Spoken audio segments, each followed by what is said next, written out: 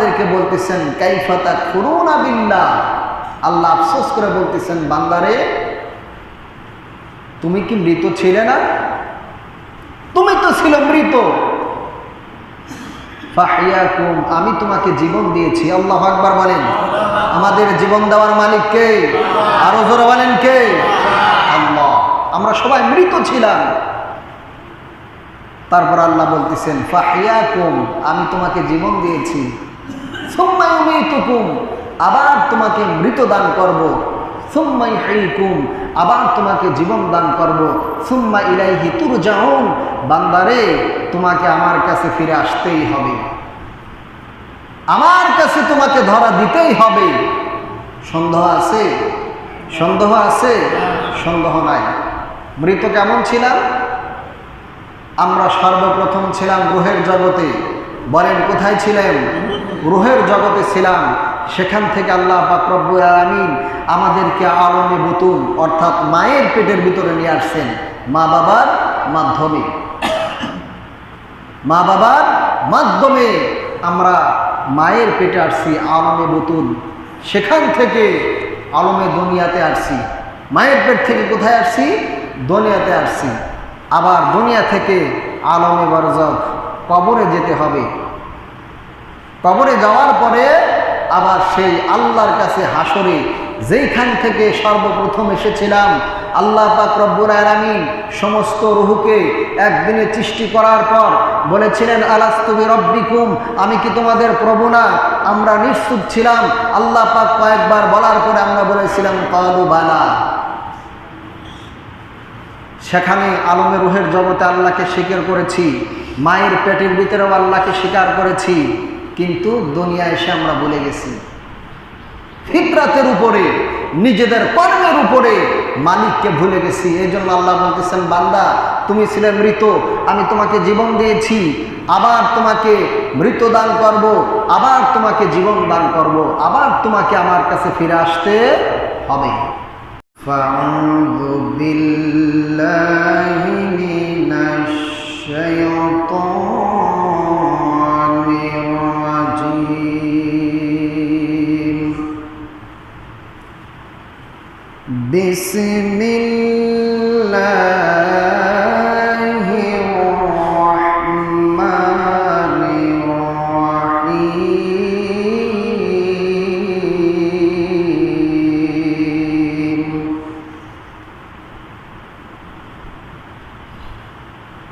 কাইফা তাকফুরুনা বিল্লাহি ওয়া কুনতুম আমওয়াতান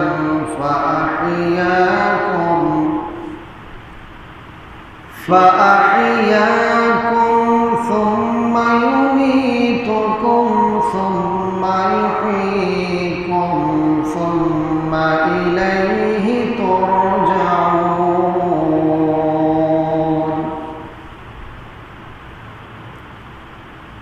وقال رسول الله صلى الله عليه وسلم لا يرحم الله من لا يرحم الناس.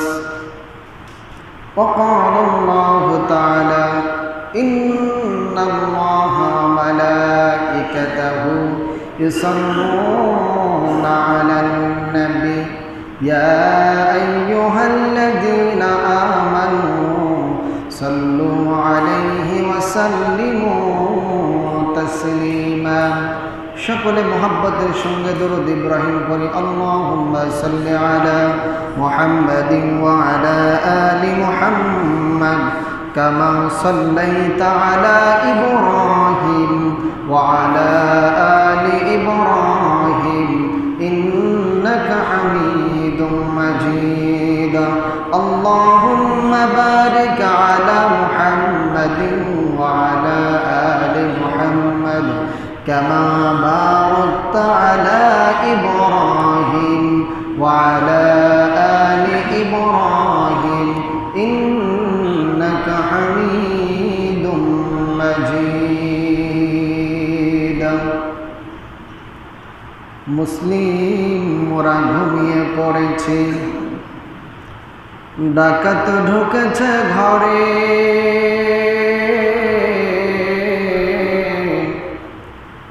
খেয়াল করে দেখিনে তোমরা মোদের ইমান নিয়েছে লুটে।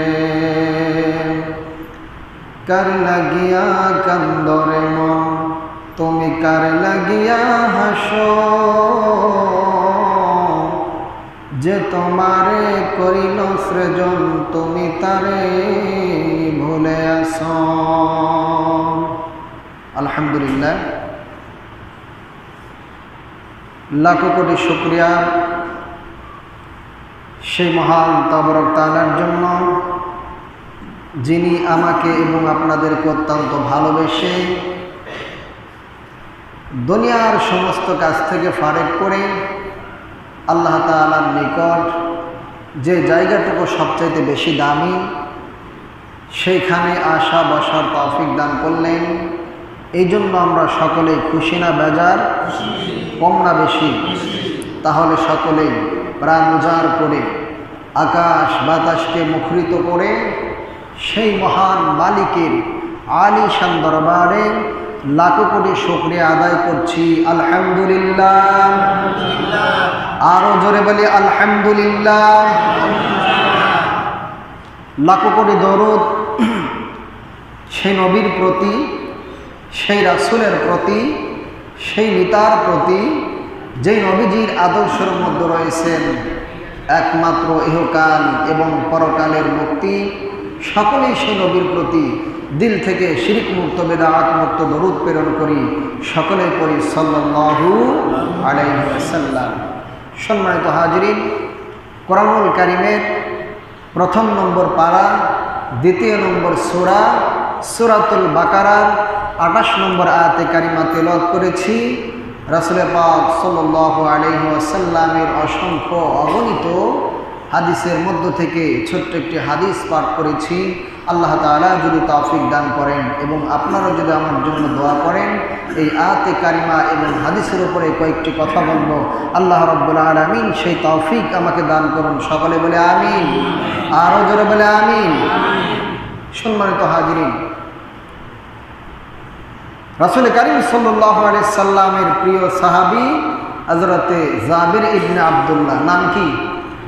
জাবির ইবনে আব্দুল্লাহ রাদিয়াল্লাহু তাআলা আনহু মিশকাতুল মাসাবিহ কিতাবের মধ্যে হাদিসখানা উল্লেখ করেছেন।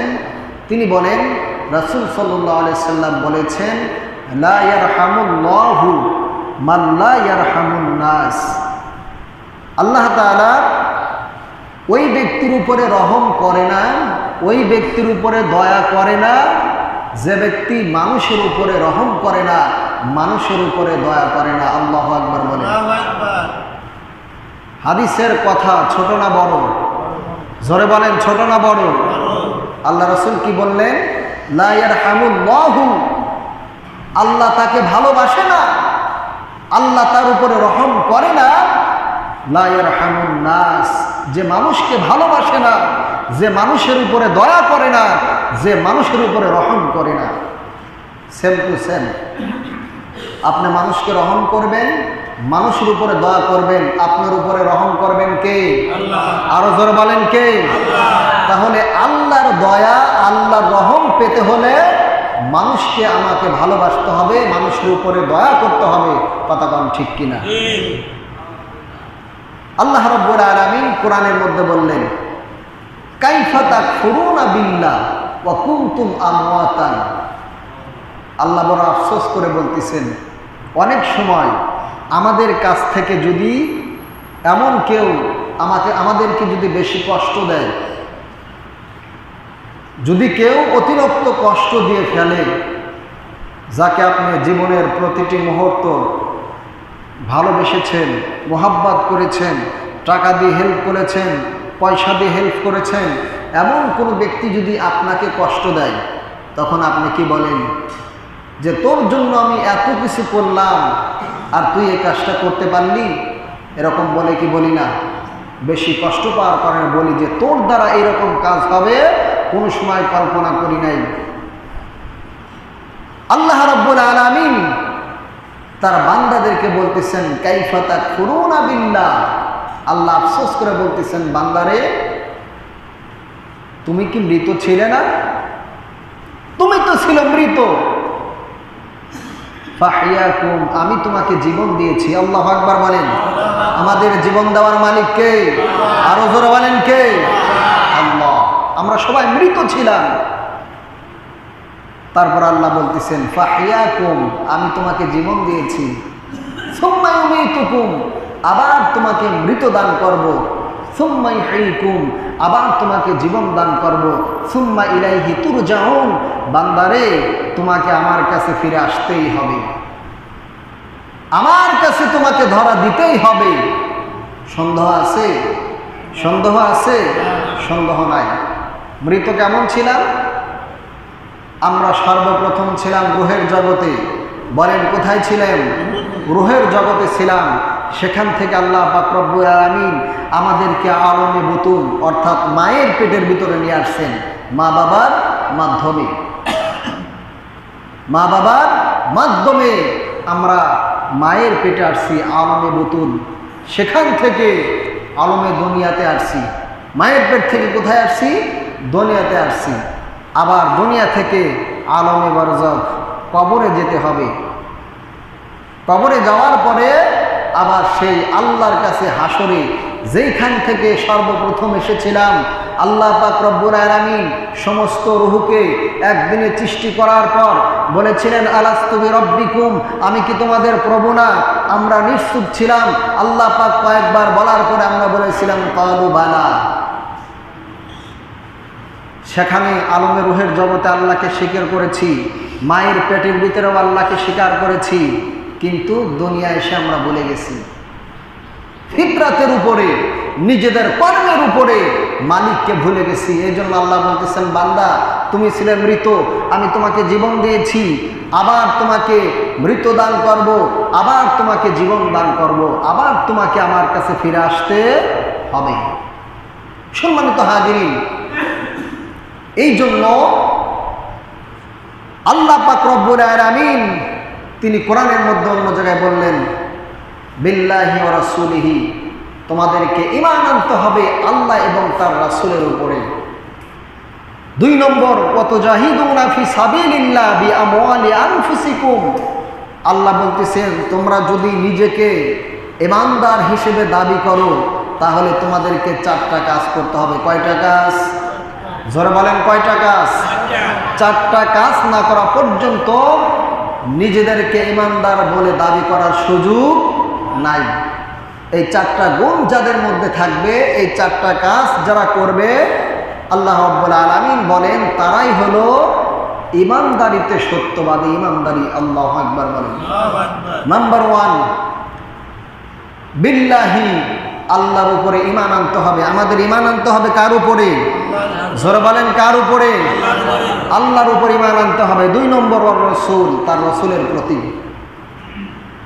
3 নম্বর ওয়াতুজাহিদুনা ফি সাবিলিল্লাহ, আল্লাহর রাস্তায় নিজের জান এবং মাল দ্বারা জিহাদ করতে হবে। 4 নম্বর ইসলামের কোনো বিষয়ের ক্ষেত্রে মতভেদ সৃষ্টি করা যাবে না। সেটা আপনার পক্ষে থাক অথবা না থাক, আপনার ভালো লাগুক না লাগুক, সেখানে কুসুমুসু করা যাবে না, মন খারাপ করা যাবে না। এই 4টা কাজ যাদের মধ্যে থাকবে তারা নিজেকে ঈমানদার হিসেবে পরিচয় দিতে পারবে। ঘোষণাকার? আরো জোরে বলেন ঘোষণাকার? আল্লাহর ঘোষণা। এই 4টা গুণ না থাকলে নিজেকে ঈমানদার হিসেবে দাবি করতে পারবে না। বুখারী শরীফের হাদিস, রাসূল কারীম সাল্লাল্লাহু আলাইহি সাল্লামের একজন সাহাবীর নাম ছিলেন আব্দুল উজ্জা। আল্লাহ রাসূল পরবর্তীতে তার নাম দেন আব্দুল্লাহ। নাম দেয় কি? আব্দুল্লাহ। আল্লাহ রাসূলের পিতার নাম ছিলেন কি? জোরা বলেন কি? আব্দুল্লাহ। রাসূল সাল্লাল্লাহু আলাইহি সাল্লামের বাবার নাম ছিল আব্দুল্লাহ, দাদার নাম ছিল কি? Abdul Muttalib. আর পর্দার নাম ছিল